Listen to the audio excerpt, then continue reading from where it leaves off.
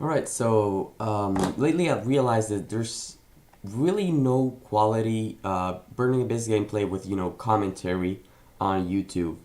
Unlike in other games like League of Legends or Hearthstone, which have countless and countless games, where the player commentates on his mistakes or whatever, there's really not much of that in Yu-Gi-Oh! Like, there's the pro player coaching on Farfetch's channel. There's the YCS gameplay, but yeah, it's pretty much it. So I decided to make my own content, and since it's so easy to edit, maybe other people will see it and will actually try to do it on their own.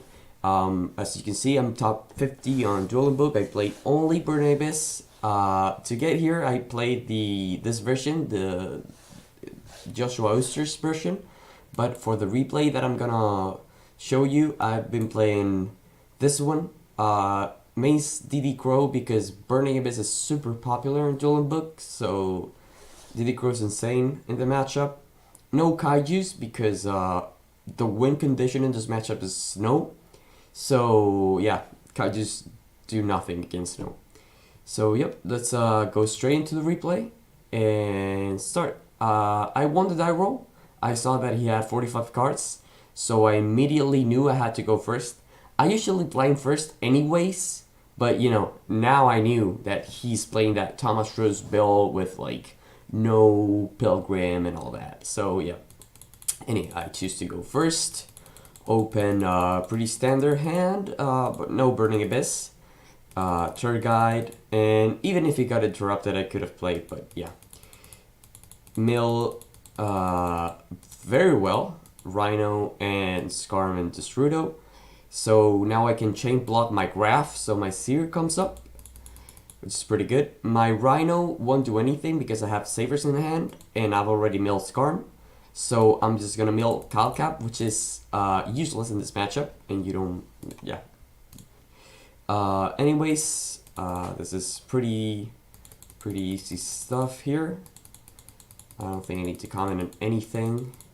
And yeah, Highlander, discard, and get Beatrice. Now, as you've noticed, I have Destrudo and another extender in hand, so that means I can go into Curious.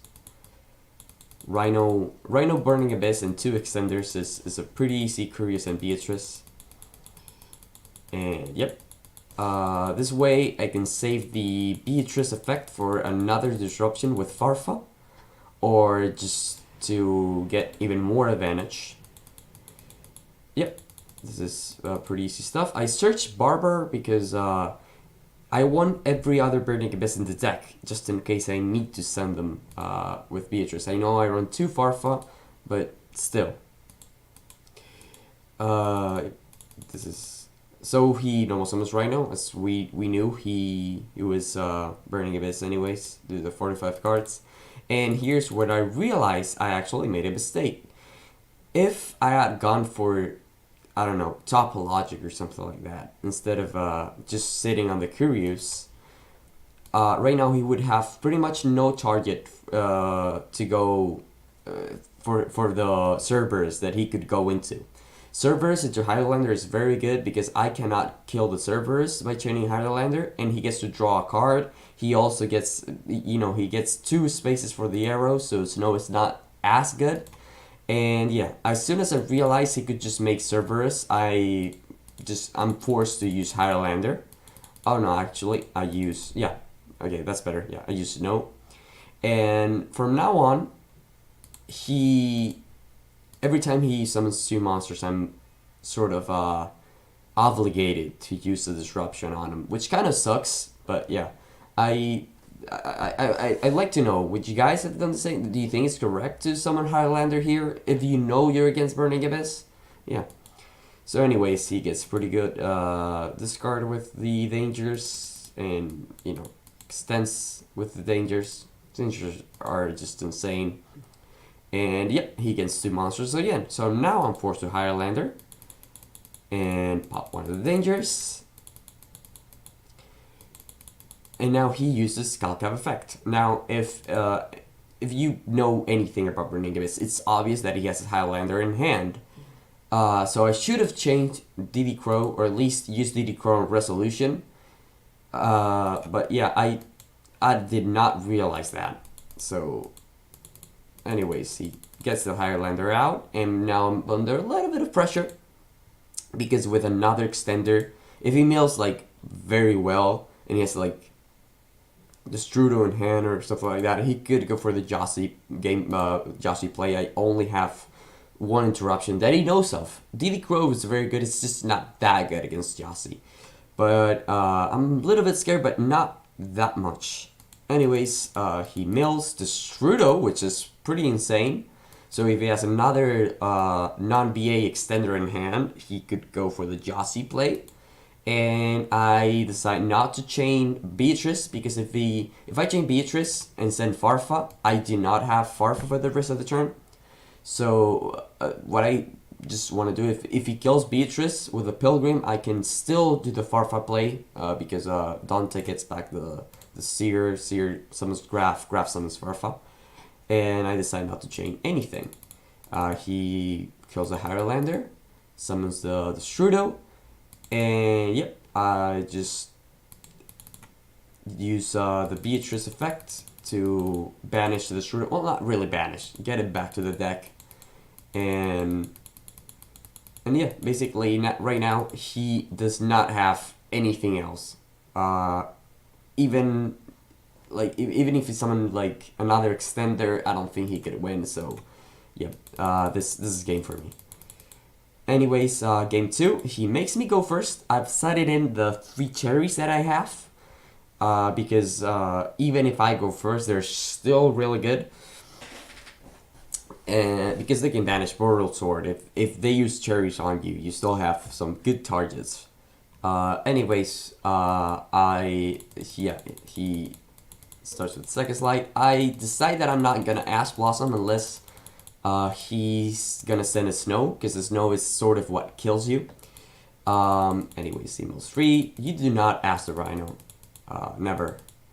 You would Ash the Graph. Now, I think, and this is sort of something that I'd like to see in the comments, if you think that ashing the Graph is correct here, as you'll see from the end of the turn, it was correct in this scenario, but I do not like to be results oriented. I sort of like to, use a little bit of theory, because if you had another BA in hand, ashing the Graph does nothing, but, so yeah, what do you guys think? Anyways, I do not ash the Graph, and he goes off to the very standard play. Same thing I did, and turns out that he does have 2 extenders. The Edging Savers and the Darkham Dragon is actually an illegal play because he has 4 Darks in the graveyard, but as you'll see, he actually gets another extender with Second Light. It's, I believe, oh no, actually he had it beforehand. Yeah, he had it right here. So this is the card he drew off of Second Light, and he had this extender beforehand. So yeah, as you can see, if I had stopped the Graph, he would not be able to go into Curious, because this would be a Dante, and then he wouldn't have been able to go into Beatrice, but maybe not, because maybe he would not have a Burning Abyss in hand. So definitely in this scenario, ashing the Graph was correct, but let's just hear your opinions on it. Anyways, you obviously ask Curious, because this way he gets 3 less cards in the graveyard. That was at least my thoughts on it. Later I realized that if you use Beatrice and you have Curious on the field, you still mill 3 anyways. So I think it would have been correct to use Ash on the Beatrice, just so the opponent did not know about that Ash. Like right now, he knows I've used Ash, but if I hadn't used Ash and he had Snow in graveyard, he would still think he has a Farfa effect from the Beatrice, but I would have Ash Blossom. So it would be, in this case, it was correct to Ash the Beatrice, not the Curious, because it still has access to Snow. Although I could top deck another Ash. But, that would be very, very lucky. Anyways, he actually makes a huge mistake. He lets me go into main one without using Beatrice effect. So that means that if I resolve Second's Light or whatever draw effects, I could get another Ash. Anyways, I resolve Sekis. I get very unlucky with a Reaper. And this hand is a little bit awkward due to having way too many normal summons and only one Burning Abyss. So I decide to just use the Second Slide right away. Get the Reaper back, draw one, and get an even worse draw. So I'm in a really bad spot right here. Because he still has a Snow play.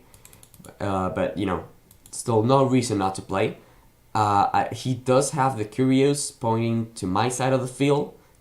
So I could go into the servers and, I decided since he had 45 cards, he's playing that juicy, what's his face? Thomas Rose build without the Pilgrim. Anyways, I get very lucky with the Gallus, mill Graph, so that means I can sell Livik. And for some reason, the Livik will summon a Farfar from deck. I don't know what I was thinking. Anyways, I summon the Farfar from hand and decide to link 2 into servers. Now, here's where things get a little bit tricky. I actually Farfar Curious, which you should never do because he gets a card back and then Curious comes back. Now, if you think you're gonna OTK like I did, okay, it's fine, if he has no hand traps in the graveyard, it's totally fine. But still, do not Farfar Curious, guys. Almost never. So, anyways, I did the Snow. He obviously changed to send Snow. And I get to draw one. He actually forgets to trigger the Curious. I think I haven't mentioned it, but he's not very high rank. I mean, seeing my gameplay, you wouldn't think I'm very high rank either. But oh well. I get to draw one card. I get very lucky because I top the Highlander, but get unlucky in the sense that he's actually running Pilgrim. He's running 45 cards and Pilgrim, which I did not expect at all. Anyways, since I drew the Highlander, I got lucky. My mistake went unpunished because Highlander is a very easy out to Pilgrim, and Highlander and Snow are like the best couple in the game. Anyways, we go on. I Highlander right away, which is fine in this situation, I think, to destroy the Pilgrim. But later I realized that I should have just normal summoned the Imps, the Imp Savers first. I hadn't normal summoned yet, and I don't want him to discard the Edge Imp Savers with Pilgrim. I do not mind discarding Second Light or the Strudo. So yeah, that was a mistake by me. I get to destroy the Pilgrim. He draws one and summons the Dante. He could have summoned the Graph to have more fodder to defend himself. But anyways, I get unlucky. I get punished. Well, not unlucky. I get punished by my mistake. I should have normal summoned Imps Savers. And yeah, since I get punished by my mistake, I'm forced to use Savers here. Anyways, I Savers, the Strudo, and we have Mare in deck, so this is a very, very easy decision, so to speak. But he has Snow. I sort of forgot he had Snow. I decided at one point, since I wasn't summoning Dante or anything, I decided I didn't really care about the Snow anyways. But yeah, this definitely, I don't think I could have played around it. So, yeah. Puts the Strudo face down, and I am able to just keep going with the Snow. And I decide that the correct play is just to take off as many resources that as I can, so that he is not able to OTK me. Then I will search Turgat with Skarm and OTK him when it's my turn. Plus the Strudo has 3000 defense, so I can just flip him, summon. He's a free extender, so to speak. Anyways, I go into Borderload. I could have gone into Topologic for more disruption, but I think Borderload is better here because I could take Snow. Sadly, I'm very stupid, so I decide to take the Dante because I'm like, yeah, no, the Dante Seer Loop, man. Which obviously the Snow was better because the Snow is an insane extender which you can summon up to like. If he gets lucky and gets another Dante and gets a bunch of mills, he can actually summon it twice in one turn from the graveyard. I should have definitely killed Snow. Anyways, right now I'm in a very good spot. He could OTK me with Boral Sword, but you know I do have two disruptions in the form of Highlander and Snow. So yeah. Then Curious comes back, and I actually had forgotten about it. So yeah, it's still fine. Curious is just one material for the Boral Sword. Anyways, he normal summons Mathematician, and since he doesn't really have any good targets for it, Alex will target the Highlander, and I change the Highlander. I mill Rhino, but this time I'm not gonna Farfa Curious, because at this point I realized that Farfa would trigger Curious. So I just kill the Mathematician, and then Rhino sends a Skarm to get even more power for my turn. He still has 3 Extenders, which is very scary. You know, if he has a Strudo and any monster that can special summon itself, well, yeah, like Sabers. I'm pretty much done at this point. Well, not done, I still have the Snow, but if he can force the Snow with any other high, strong play, I'm in a really bad spot. Luckily for me, I don't think, yeah, he did not have any more extenders, so I did not play very well here, but he played even worse than I did, so yeah, that's what I get. Anyways, I hope you guys enjoyed the duel. This wasn't a very high quality one, it's just the one that I played like yesterday, I think. I wanted to showcase a duel that I had a very fresh in my memory so I could commentate it better, you know, say what was in my mind at the time. And yeah, if you guys have, you know, can do similar things so I can watch your decisions and just learn from you, as you probably learn a few things from me. Yeah, I think we can all improve for like very low cost, right? We don't have to be playing all the time. So anyways, yep.